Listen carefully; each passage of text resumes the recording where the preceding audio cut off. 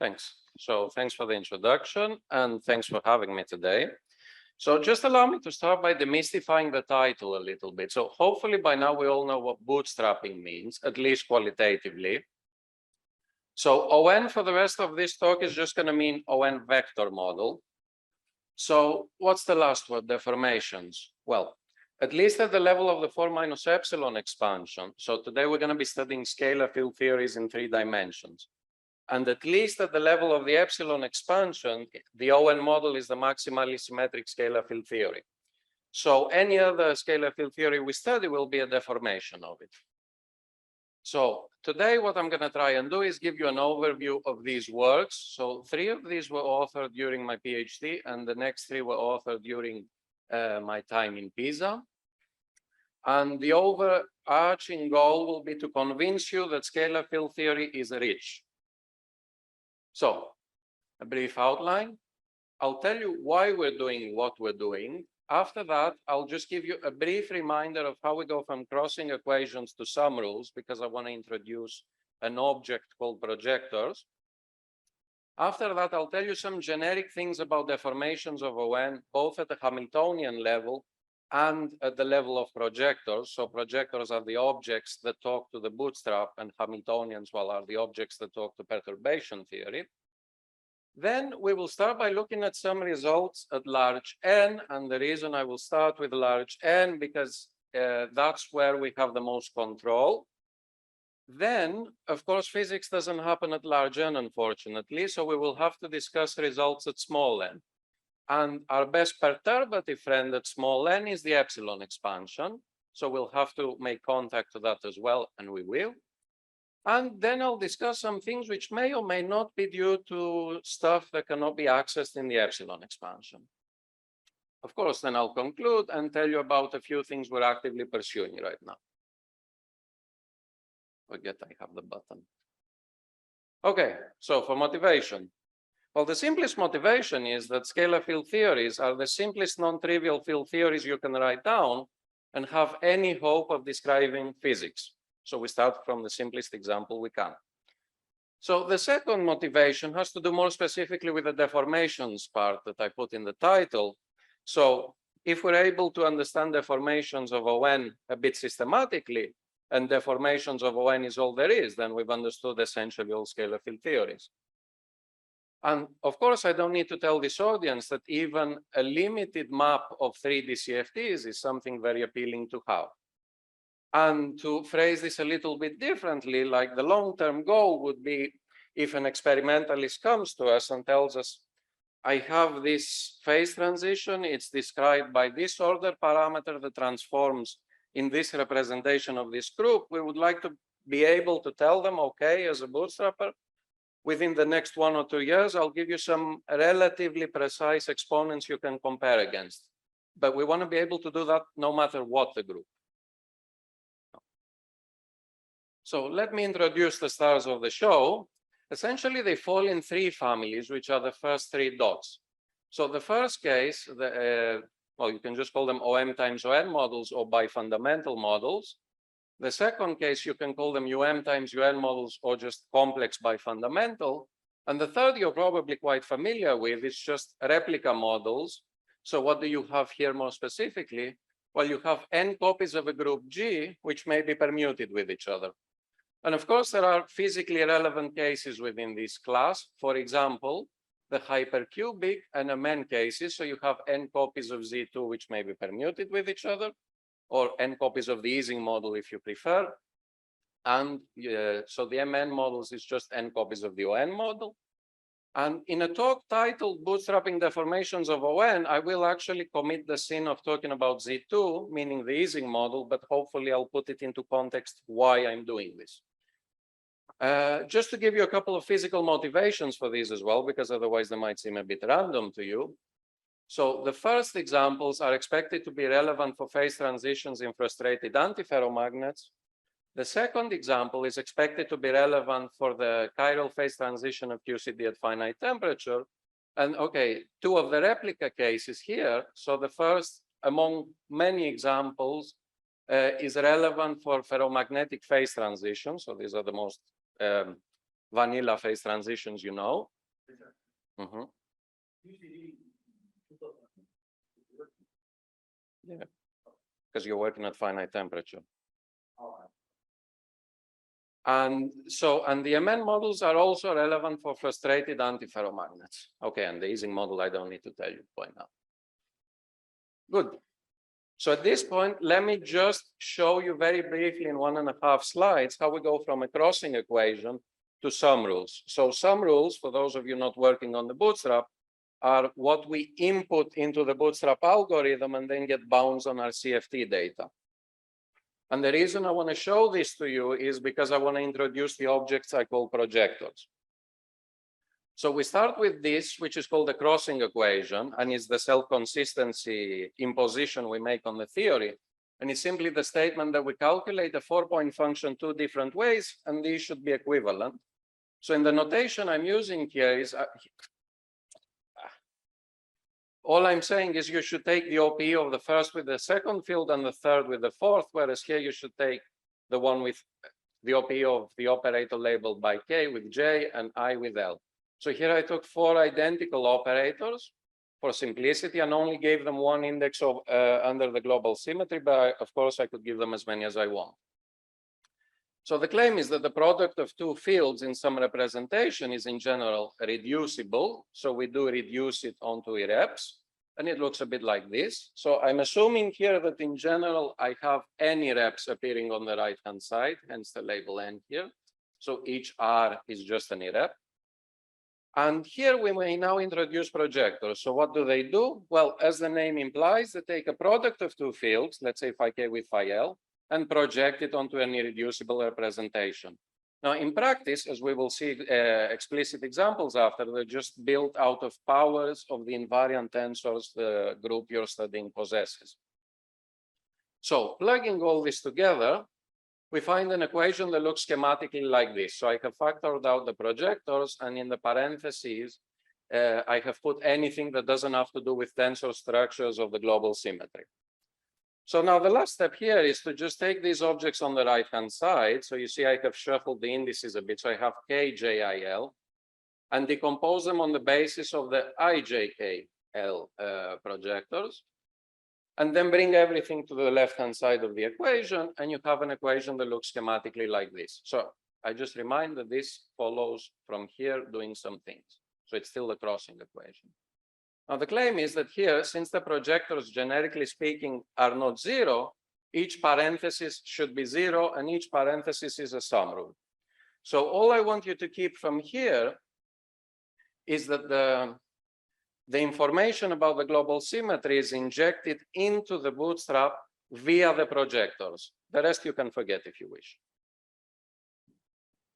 Okay, so now let me start by writing out the generic form of the theories we will be studying. So here's the Hamiltonian. Sorry. So you have your usual kinetic term, your mass, which will be tuned to 0 at criticality, and the interaction term. And the interaction term for the rest of the talk will always be written like this. So you'll have an ON symmetric term plus ON breaking deformations. So these are the deformations you need to break ON down to a subgroup G that you desire. Now, notice that this N here will always be equal to the group theoretic dimension of the order parameter field. We'll see some examples. Okay, so let me start by the 2 replica examples.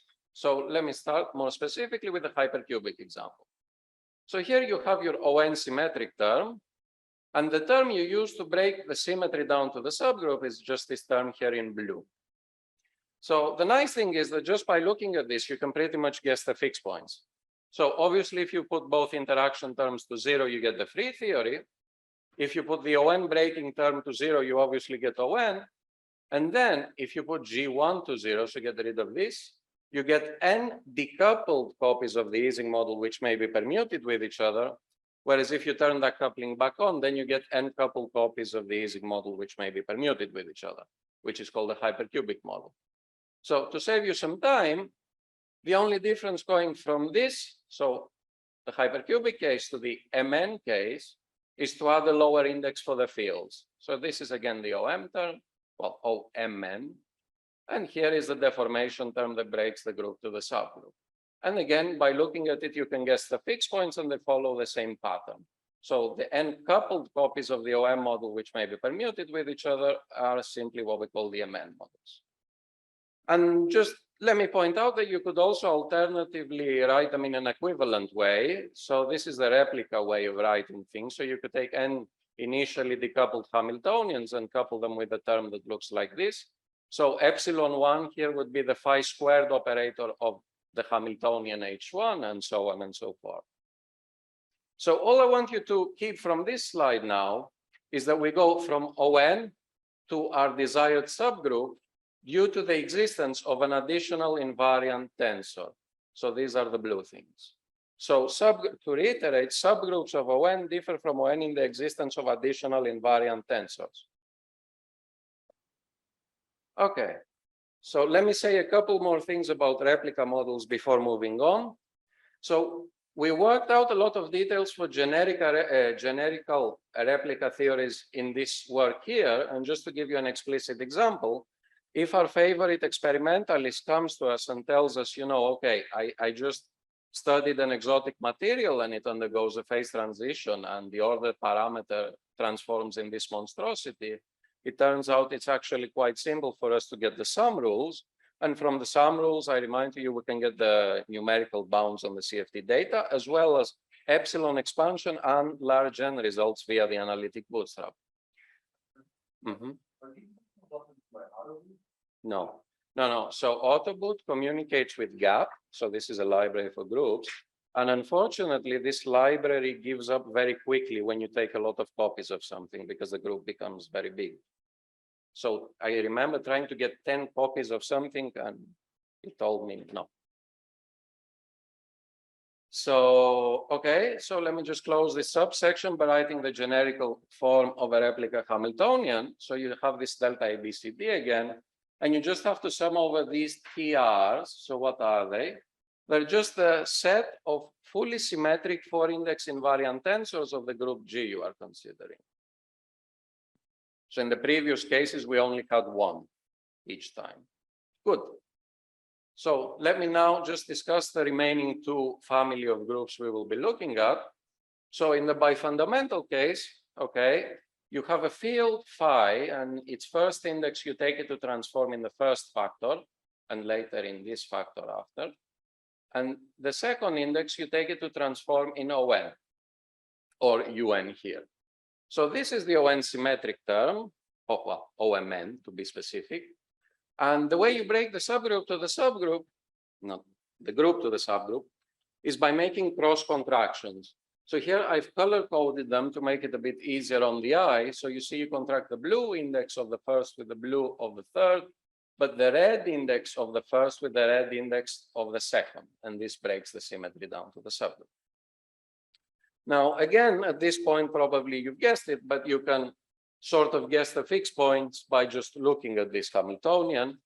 So again, you put both couplings to 0, you get the free theory. You put the ON breaking coupling to 0, you get the OMN theory. And if you keep both, you get two fully coupled non-trivial fixed points called chiral and antichiral. So the only way this story changes when you go to UM times UN is you just put some daggers on top of the fields, and that's pretty much it. And you change the names of the fixed points to U plus and U minus. And here you have O2 MN because each complex field has, of course, two real components. Good. So at this point, let me just reiterate, though, that I'm showing you Hamiltonians for you to build some intuition, but the results will be obviously fully non-perturbative. Okay. So since I think you're starting to get the idea by now, as far as projectors go, I'll just show you how this works in the projector picture once for one group. So assume we were studying the crossing equation consisting of 4 vectors of ON. So what do you do with this? Well, you decompose it onto irreducible representations of ON using these projectors here. So this is the projector for the singlet, the traceless symmetric, and the antisymmetric. So I don't want you to stare too hard at this. All I want you to notice is that all these objects are built using powers of the only invariant tensor the ON model possesses, and that is the 2-index Kronecker delta. Then we saw previously that as we go from ON to the subgroup, we have the introduction of a new invariant tensor. And due to the existence of this guy in blue here, so the 4-index Kronecker delta, the traceless symmetric representation splits into two sub-representations, which here I call X and Y. And you see that these indeed have the new tensor inside them.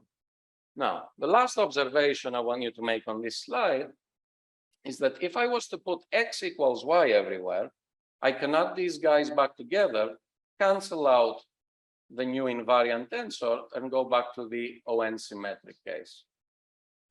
Okay. So before starting to talk about some results at large N, allow me to provide a brief recap. So we discussed the three families of fixed points we're going to be discussing.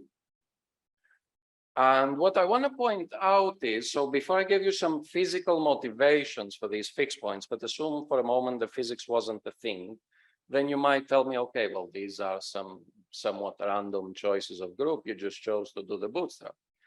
But it turns out that at least for small values of N, or to say that in physics terms, order parameters that don't have too many components, these are pretty much what there is, at least at the level of the epsilon expansion, plus this group here. So I won't be talking about it today in the main talk, but this is called the hypertetrahedral group sometimes, or you might be more familiar with it as the constrained Potts model. So the claim is that if you take these four groups of groups, they span much of what there is. And to make new fixed points out of them, you just couple them between themselves, either in some multicritical way, or you just plug these groups back into the replica formula, etc. Okay. So since we're going to be seeing now quite a few plots that look like this, for those of you unfamiliar, let me explain one time how to read these, and then I'll try and flash through them a bit more quickly. So typically what we do in these plots is we plot the maximum allowed scaling dimension of some operator in some irreducible representation as a function of another. So for example, here we're plotting the maximum allowed scaling dimension of some operator in the representation W, which happens to be in the traceless symmetric of OM times the singlet of ON, as a function of the order parameter field's scaling dimension. Now, the second observation is on the right. I have put some labels telling you what group these lines, these bounds apply to. So here it's O2 times O20, etc. And lastly, so I have these little circles here. So these are analytic large N predictions for these fixed points, more specifically for the antichiral fixed point we discussed earlier. And the squares are the large N prediction for the chiral fixed point. And the line joining them is simply to tell you that these two symbols here apply to the same symmetry. So it's two different fixed points with the same symmetry. Okay, so what do we observe here? We observe that for sufficiently large N, these bounds in this representation are saturated by the antichiral fixed point, which is the RG unstable one. So, okay, one might ask, so can you find the other fixed point, the chiral fixed point? For large enough N.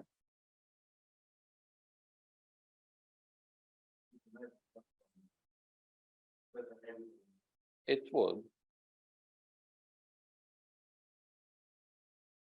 We have located them in parameter space, if you will, is the more careful statement.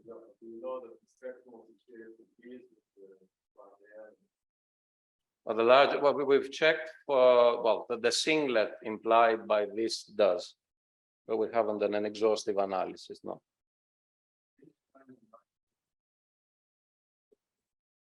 What do you mean goes back to free theory? 2 plus corrections. So, okay. This is one of the many plots that I will show. This plot, which has been around for a while. I'm going to show more things as well.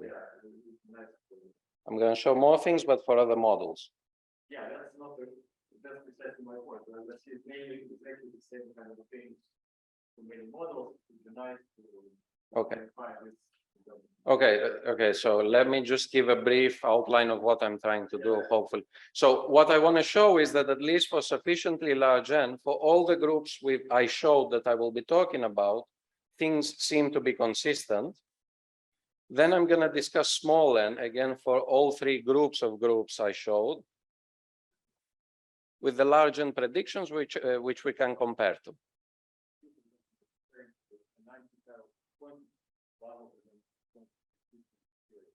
Right, but you can see that the chiral fixed point is beyond doubt much further away. What do you mean? What am I going to do? Is there a way to put in more assumptions to also get something next to the square? I guess that's one way. You mean to move the kink away from the antichiral to the... I will go beyond kinks, but... Yes. But well, you first identify something if you can at the level of the kink, and then you talk about other things. If it's not located at the kink, then you have to do more things, and I will discuss an example like this later. I agree. I agree. I'm not saying you don't. Okay. So at least for sufficiently large n, we know at least in one plane of parameter space that this seems to saturate some kink, whatever that means. And then the observation is that as you lower the value of n, of course, the large n prediction becomes worse, but that is probably to be expected. So the other observation is that the other fixed point, so the chiral fixed point, seems again at large enough n to saturate some different sector.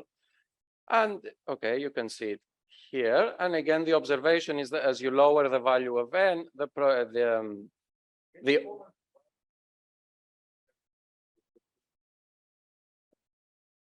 well, here we were easy. Well, nothing. We just happen to be able to observe an overlap between the large n results and positions of some features in parameter space. I know. So we did. Can you explain why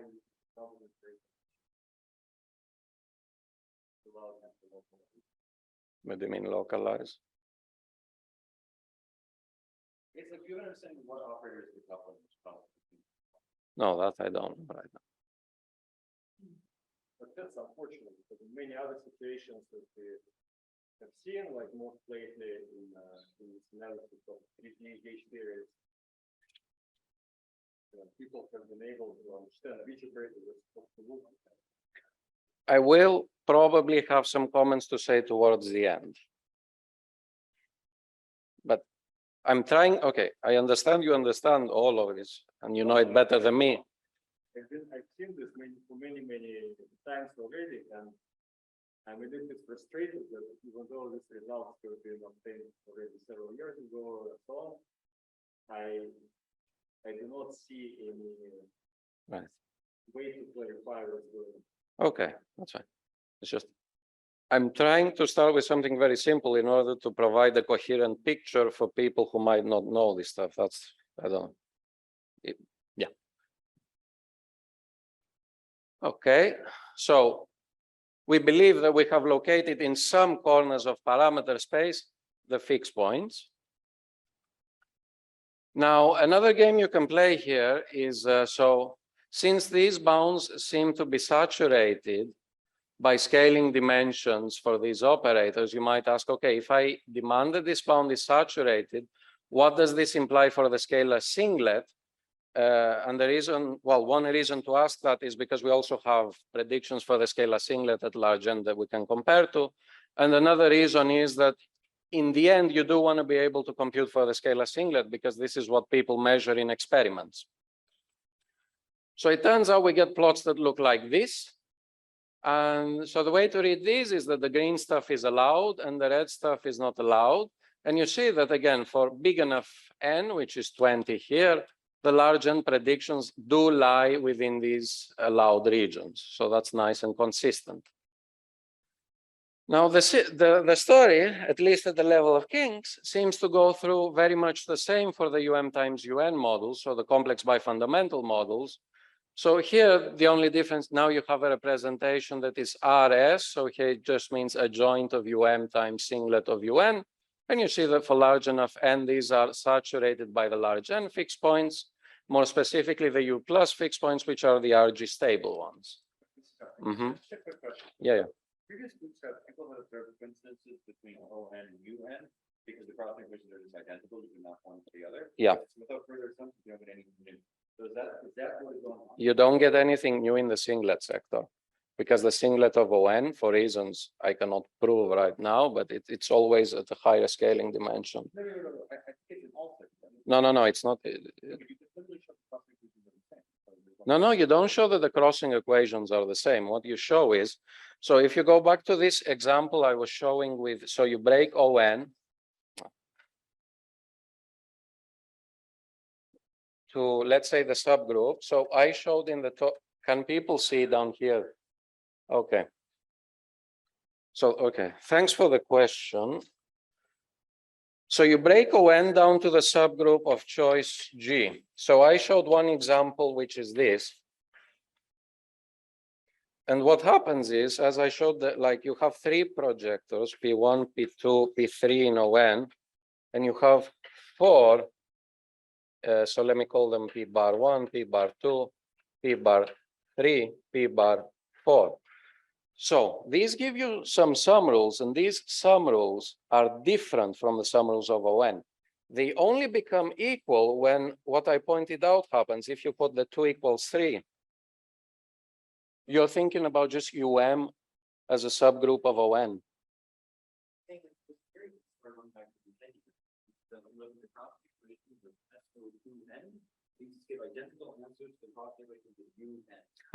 This has nothing to do with like group theory, it's a coincidence of the cross sequence.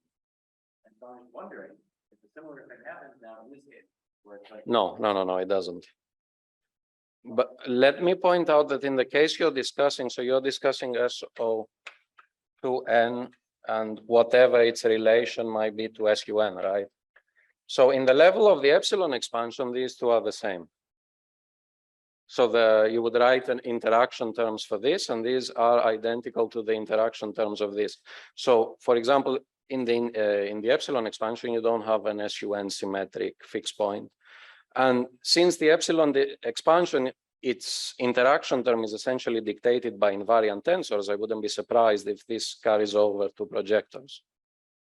But I cannot prove it off the top of my head right now.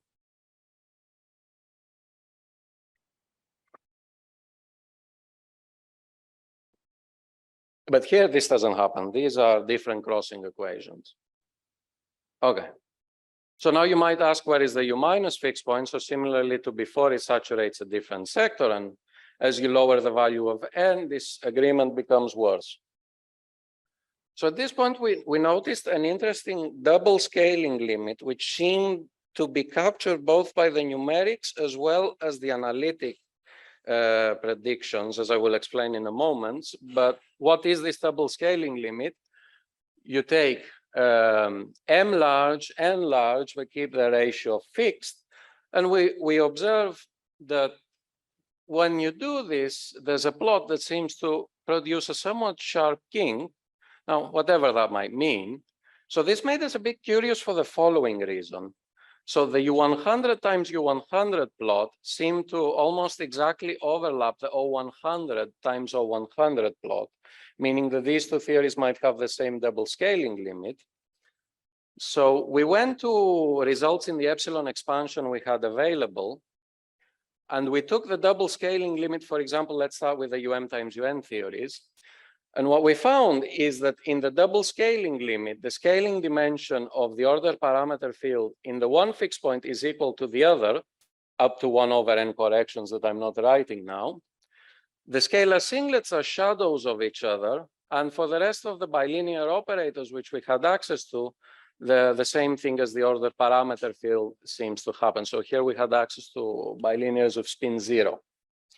Then, okay, we went back and did this in the data for OM times ON, and the story goes through pretty much the same. You just change here the words, you put chiral and antichiral, and it's the same. And the most curious thing is that these two theories have the same double scaling limit up to 1 over n corrections. Now, one comment I want to make is that, okay, if you don't know what I'm going to say now, just forget I mentioned it, but this seems to imply a flow between the two fixed points, which is controlled in 1 over n at the double scaling limit. But I don't know what. Because the same, right, good, good.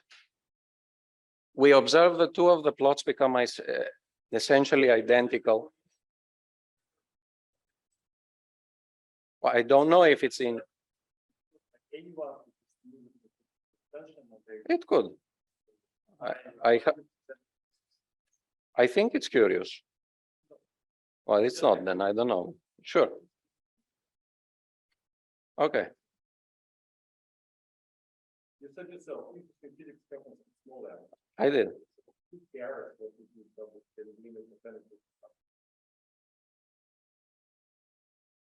I don't know. I mean, it's an observation. I point it out. I'm not saying we quantize gravity.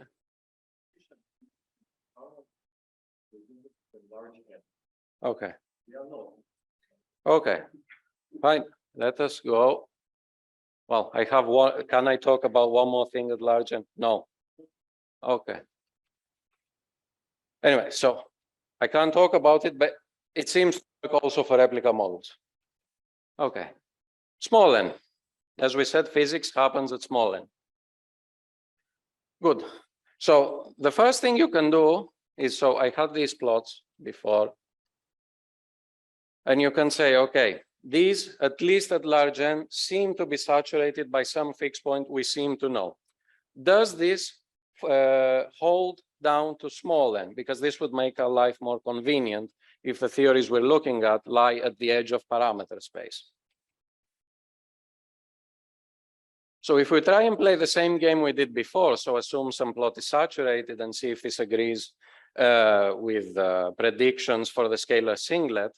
So here you say, why do it for the scalar singlet and not directly the representation you were saying was saturated before? Well, it turns out that the results we had from the epsilon expansion were only for the scalar singlet, and they were for this specific case here. So O2 times O6, more specifically the chiral fixed point. And what we see is, okay, of course, the large n doesn't agree with this, but that is, again, somewhat to be expected. So the epsilon expansion is this. So the central value, you can see, differs quite a lot from this. You mean the fact that it's like a potato?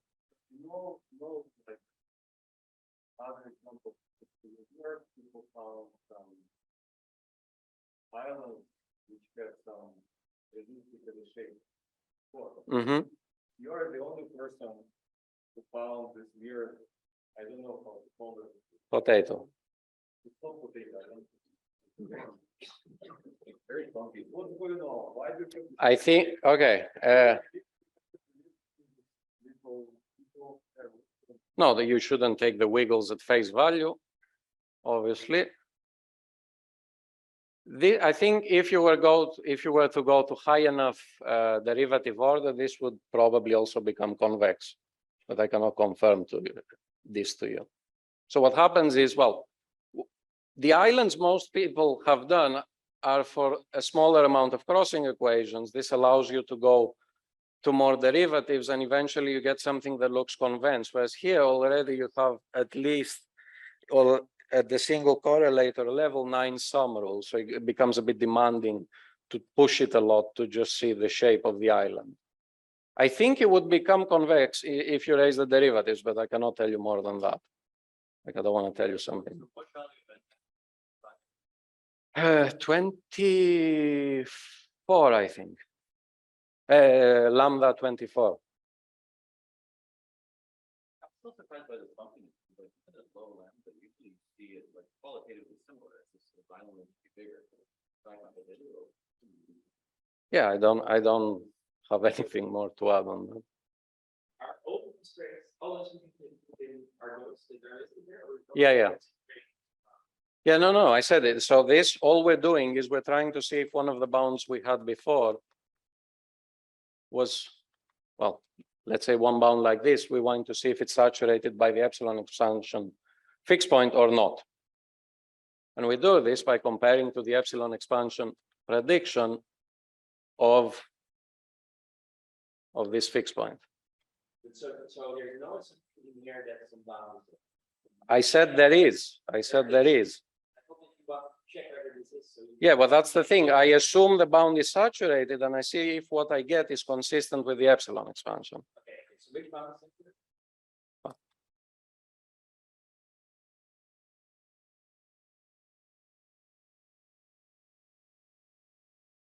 And now we're overshooting. Okay. Well, the O2 times O6 bound, which I don't have here. But in any case, so yeah.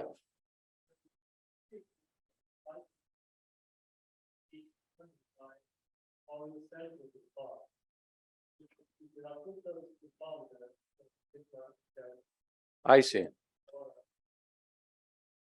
I see. Yeah, I think we had left for a distance of 0.01 or something like that. I don't remember or maybe less than that, but there was a small gap. Like we said that the scaling dimension has to be within this proximity of the island.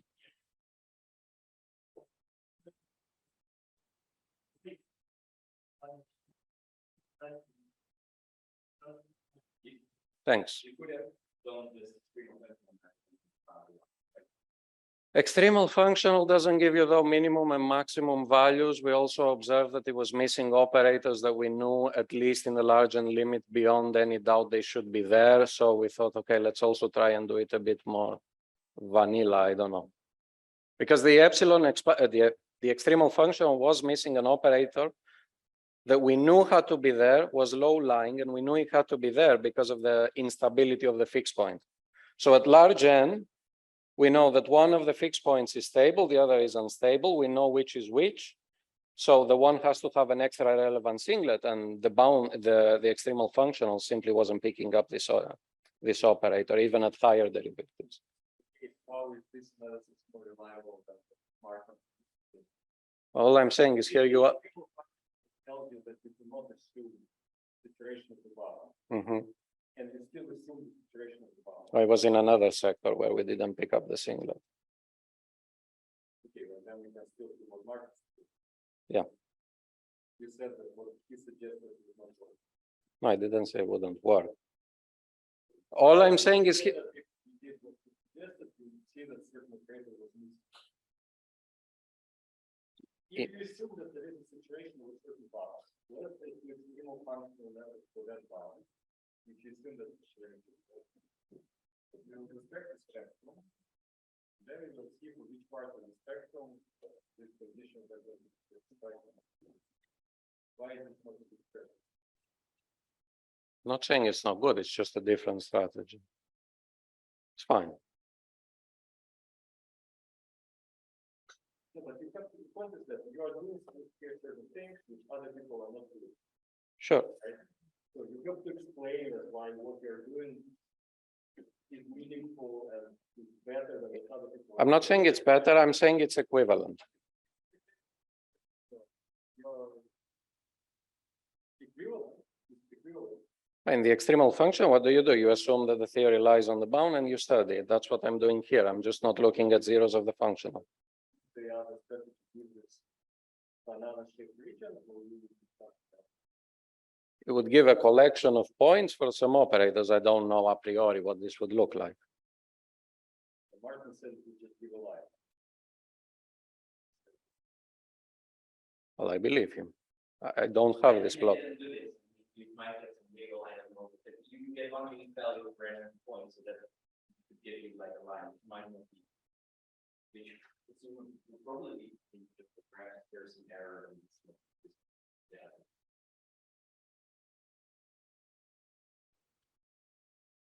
Okay, so Yeah, well, let's go to some point on the border of the slide. Some of the points here. Which condition is violated when we go there? Do you know? I'm guessing this. Because usually when you look at conserved stuff, this is what gives you the closed region, and it's usually because there's some jump in the conserved stuff, whether it be the stress tensor or a conserved vector of some global symmetry. And this, you see it in most, like you might see, if I see, no, trying to recall things from memory, but you might see for T mu nu prime, so the next operator in the representation of the stress tensor after the stress tensor, you might see something like this. So you see here, if you were to draw a line at some value, this would close it. This it's a very rough sketch of what the extremal functional might look like. But I think it's the conserved stuff, but I cannot say more.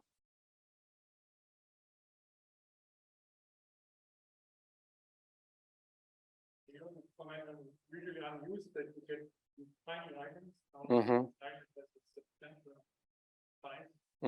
It's just because the group is pretty large. And you can say group overall.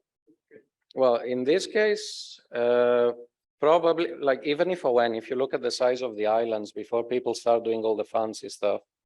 So if you just do bootstrap a system where your externals are phi and s, you do get a rather sizable island, and this starts shrinking a little bit when you start scanning over the ratio of OPE coefficients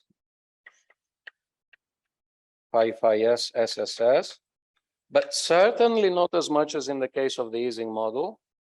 But then people did the state-of-the-art work where they considered externals phi s and Tij, and scanned over all the ratios of OPE coefficients involving them, and it was only then that the island really shrinked.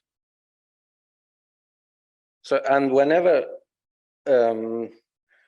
you add more group theory, so whenever you break the group to the subgroup, it usually becomes computationally much more expensive.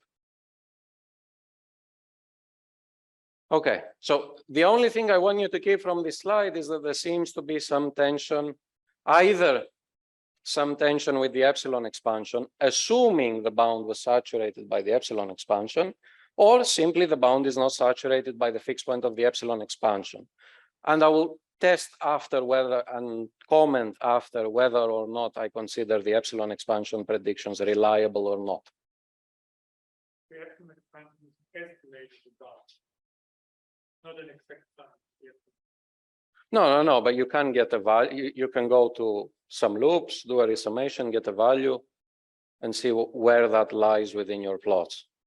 But I'll comment more on it. There is certainly overlap of the epsilon expansion with your like. I'll show much better overlap later. Okay.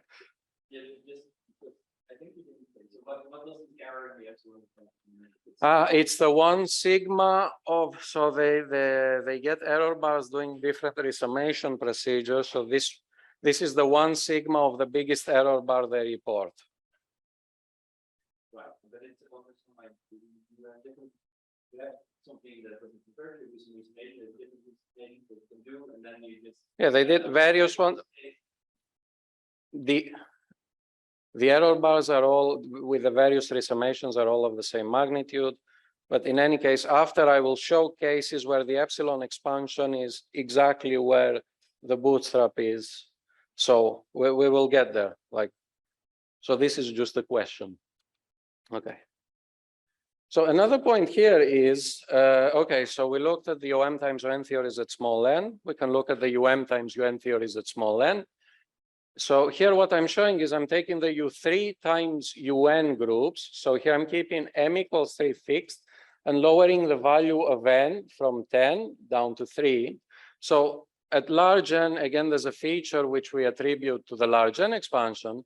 And after, I don't know if this is the correct way to read this plot, but if you squint a little bit, it's almost as if this one feature splits into 2 here as you lower the value of n. And you can see there's some sharp feature in parameter space again, which as of now, I don't know what to attribute this to, but if it is due to a CFT, this would be relevant for the chiral phase transition of QCD. But as of now, we don't know what this is due to. Okay. So the last group of groups to look at are the replica groups.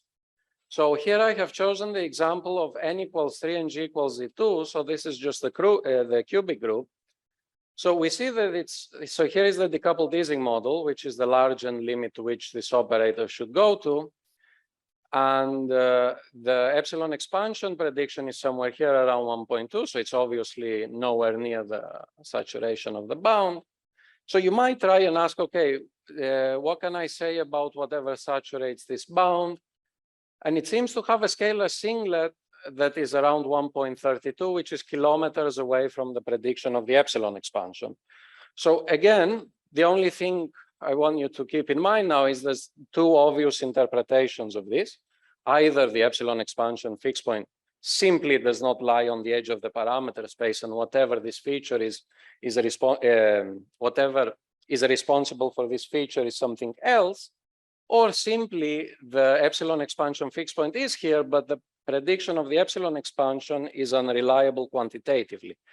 We will see a bit about that in a moment. So These results have been around for 4 years. yeah, I know. Okay, I have new results after. I mean, there. But Slava, I'm trying to provide a coherent picture for the people that don't know this. You know this. I know you know this.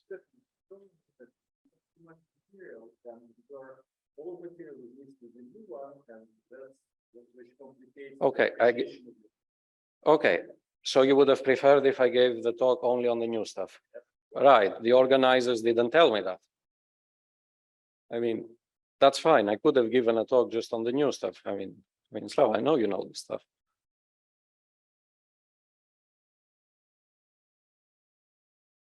Okay, so on to the semi-new stuff now. So it's 2 months old.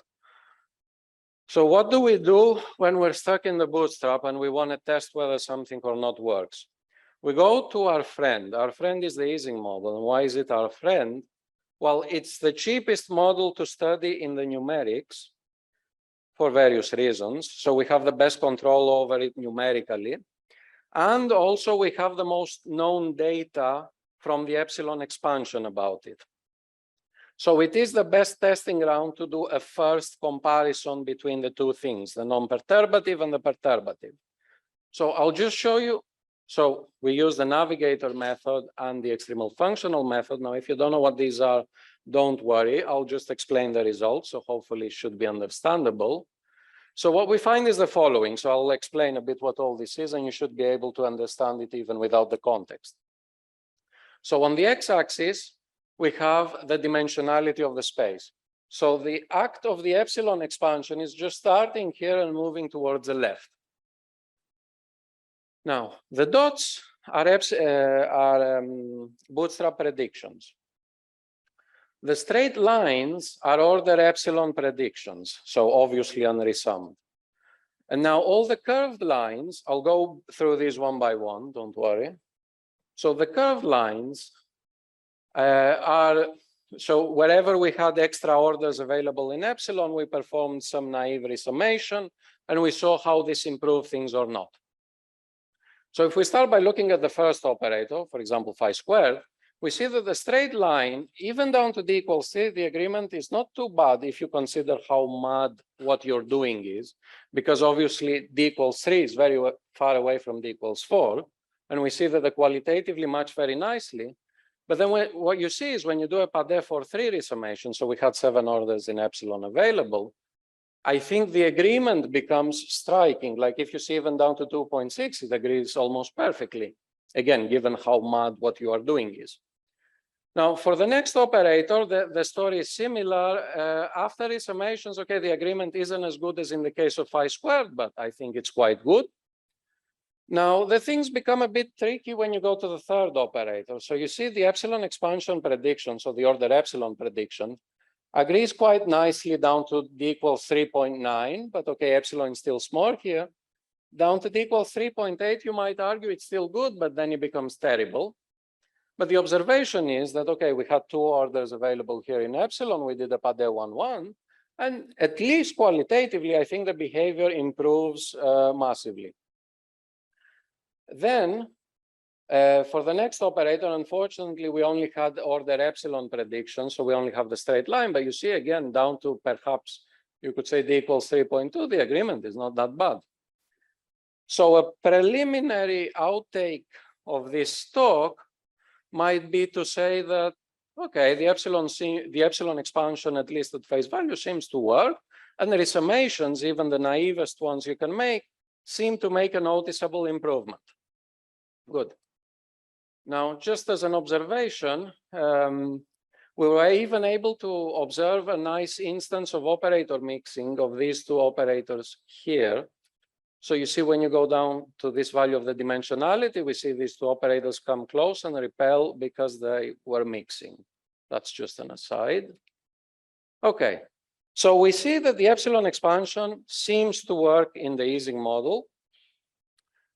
And resummations only make things better. So then the question is, okay, the devil's advocate here would say, yeah, but maybe it only works in the Ising model since it's very special, whatever. But preliminary results we have from work in progress seem to imply that this is more general. For example, here we're looking at d equals 3.9 dimensions at the cubic theory. And we see, so the blue dots here are allowed, the orange dots are disallowed, and the dark blue dot is the epsilon expansion prediction with the PADE3 resummation. And let me also point out that this green dot is the epsilon expansion prediction for the O3 fixed point. So this island is solely due to the cubic fixed point, and it seems to be in very good agreement with the epsilon expansion prediction. So this is encouraging. Yeah. Yes. And then there was a blue point above the orange point. So this is the single correlator bound. It's a bound. Yeah, sorry, not single. It's a bound. This is a bound. The reason I put this here is because people a lot of times take a bound, they look at the kink, and they say, okay, you have a kink, so the theory is exactly at the kink, whatever, and they use this to make a lot of comments. But I want to stress that the actual theory you're studying can be in quite a finite distance away from the kink. It's not the biggest observation of the century, but in any case, sorry, I didn't hear. This is 6 loops per PADE3. So this is the naivest thing you can do. I mean, the PADE3, not the 6 loops. Okay, so it seems to work here as well. So at this point, I would like to take the opportunity to encourage the audience, since perhaps we have a lot of experts on Monte Carlo, for example, and on perturbative methods. We saw that we were able to get a lot of mileage when we knew where the theory lies in parameter space, since a lot of times it can also lie in the bulk of parameter space. And then you need to have an idea where it is in order to carve out the space around it. So what I want to encourage you is, if you're doing, for example, a computation of a critical point phase transition, please try and calculate as much non-singlet data as you can. So I know these experimentally might not be the most exciting unless you're looking at some crossover phenomenon. But in the Bootstrap, essentially all the data is on a somewhat equal footing. So if we have a better determination of a non-singlet operator, we could, for example, improve the determination on the singlet operator, which is the experimentally measurable operator.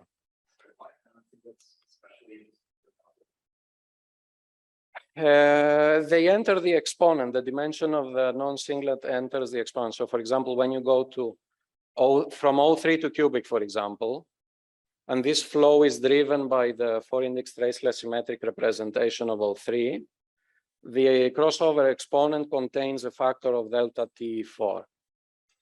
So the operator that drives you from the one fixed point to the other goes into the critical exponent, whatever that operator might be. So in principle, non-singlets are measurable, but much more rarely, I guess. But for the Bootstrap, they're all on equal footing, so any input is welcome. Okay. So to conclude, We saw a lot of features in parameter space that we could attribute to known theories. Either these theories could be from the large N expansion, from the epsilon expansion, etc. And we saw things we could not attribute to any known theory. Of course, this could be due to our lack of knowledge.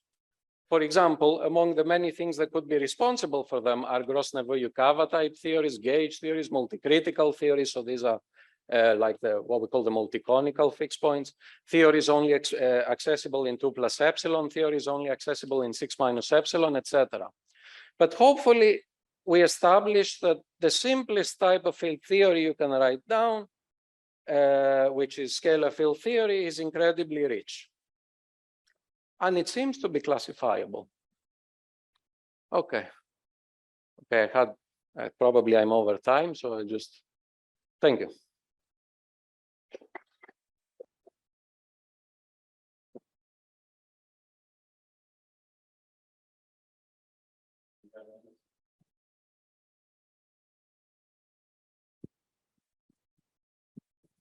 Can you go back to your island? Mhm. Yeah.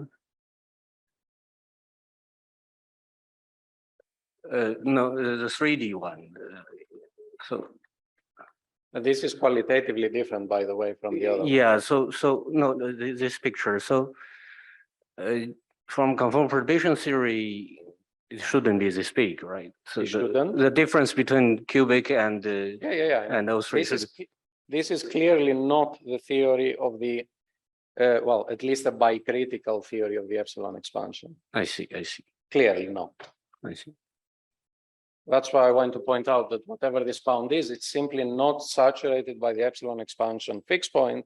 And we were able to see that the epsilon expansion fixed point seems to be in parameter space and where it is expected, just not at the saturation of the bound. So it's there, we're studying it. We just need a bit more time to hammer out some details.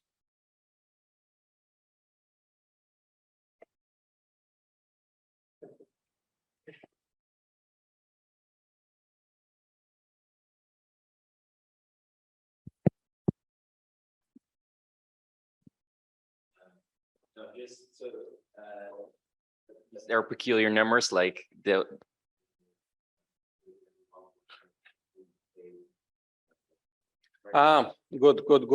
Good question.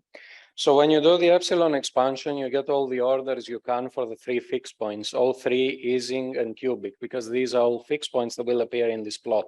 For example, and 3 decoupled copies of the Ising model have the same symmetry as this. So this plot has to also apply to them. So you need an assumption to exclude it, and you use this. Now, this assumption is actually very safe in the sense that you can write down what the first scalar singlet should be. For O3, cubic, and Ising, and you see the Ising is very far away, and you just put a gap there, and you exclude it. So it's, let me show you.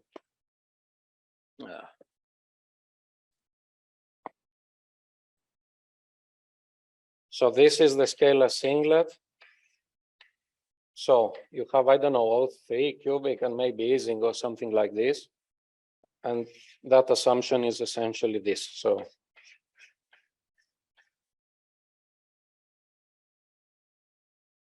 I guess it makes more sense if you see there is some values of the epsilon expansion, but it is an assumption that is motivated by the input, by the expansion. So it could be 1939. Yeah, I don't remember why I chose specifically 938. It was just above the, it was just above this essentially.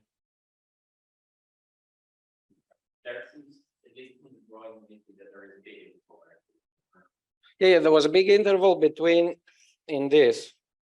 So, okay, maybe it was a bit more like this.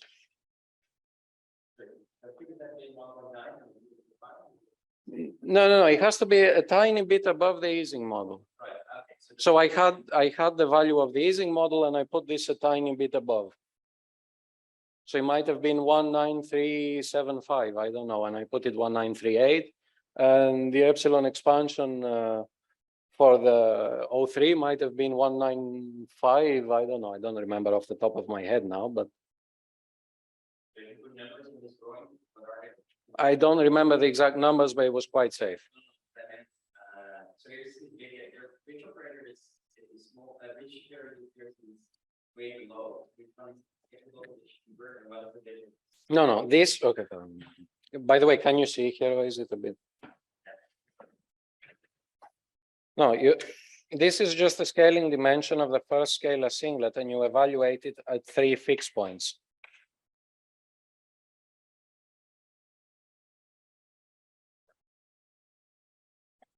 It's something like this now. I don't remember the exact numbers. I have them in some mathematical notebook somewhere. And you just draw the line slightly above this.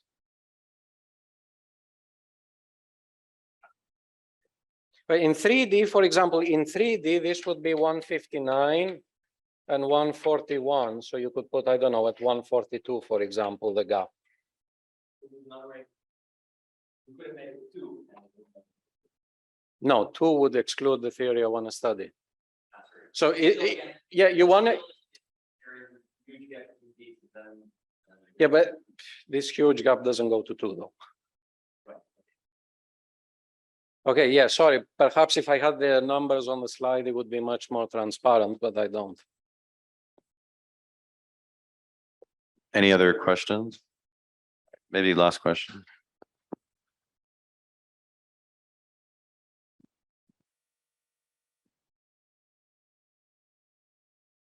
If you take the exceptional expansion and 3.8, but it essentially have no error.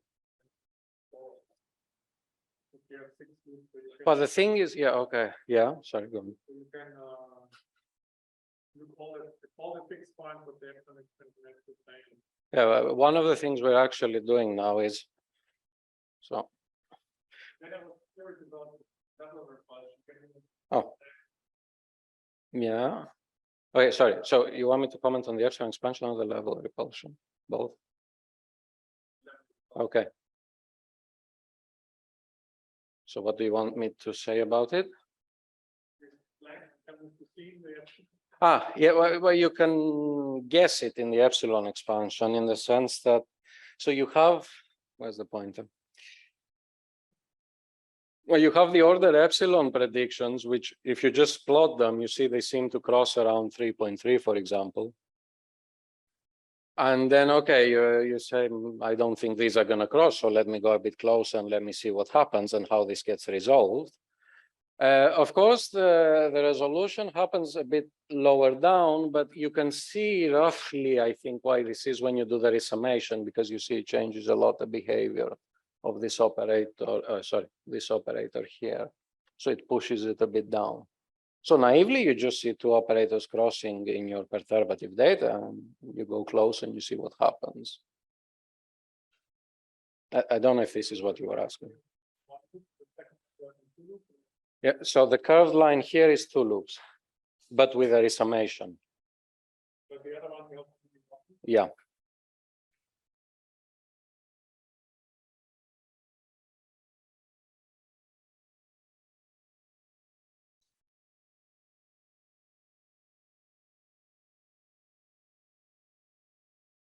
But then you understand how this happens in the bootstrap level repulsion? In the bootstrap, essentially, there is no level repulsion because you just have eigenvalues of the dilatation operator. So from the bootstrap perspective, this isn't something special.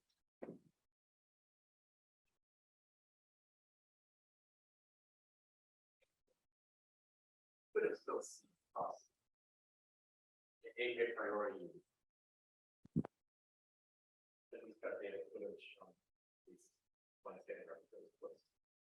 They could have, they didn't.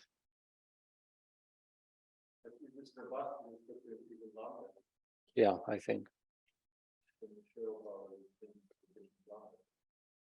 We had some plots showing how the operators shift around with changing lambda. The lower ones stabilize, and then the next ones up play. So Simons-Duffin had some results for these in d = 3, and we're actually quite close to his values. So he had lambda 40 something.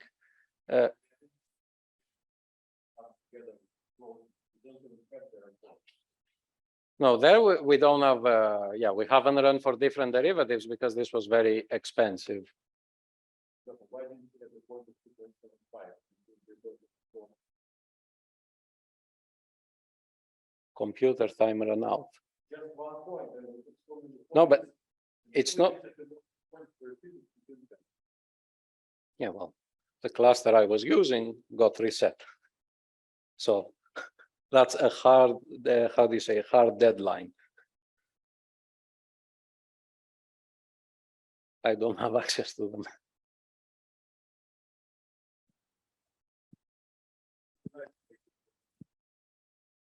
Because you are expecting this 1 number, which is probably even from your system. So this number, here is working for this number. It's from, it would be nice to know what the uncertainty of this number is.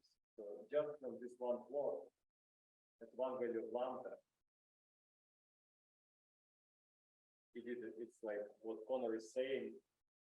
If you want to play table replicate, maybe at 5 value of lambda, this will be 1%. So what is your ideal? The theoretical, should there be level crossing or level recall? No, theoretical implication is that there should not be level crossing. But there is no argument. So hopefully it will be found, but since this is basically the only non-perturbative demonstration that there's no level crossing in a situation where you wonder. So it would be better to make it more reliable. So there's no large n or exponent where you can. In every expression you can see. In large n you can see it. In large n you can see the When you could create a curve like this in large n, or these operators are not there in large n. The point is if this is resolved due to instantons as well or not, you don't know if it's a perturbative or a non-perturbative effect. Like you might get a contribution that's exponential 1 over epsilon, we don't know.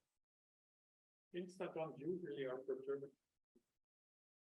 Perturbative I call, that's what you mean, okay. Fine. Perturbative usually I call whatever is a power series in the control parameter. Yeah, they're all divergent series, usually Borel resummable, and the Borel I see, yeah. behavior of this leading Borel singularity can be seen in an instanton calculation. So this the instanton is there, it is the standard resummable theory. So instanton does not mean that there is something 1 over expansion parameter. It's the opposite. Instanton means that it can be resummed. In the cases I know. I have seen instanton computations that do have this 1 over epsilon factor in the epsilon expansion. And also there's people who did that with the large n and they have the e to the 1 over n, for example, as well. But anyway, okay. Yeah.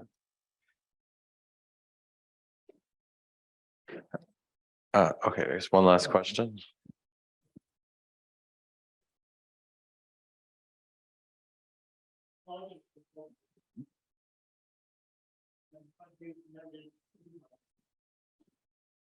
Right, but that would be extremely numerically costly.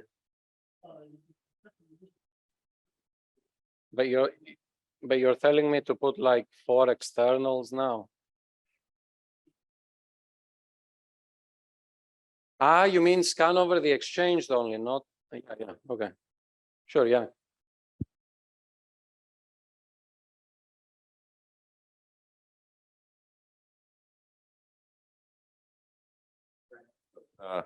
That's it. Let's thank the speaker one last time and go off to lunch.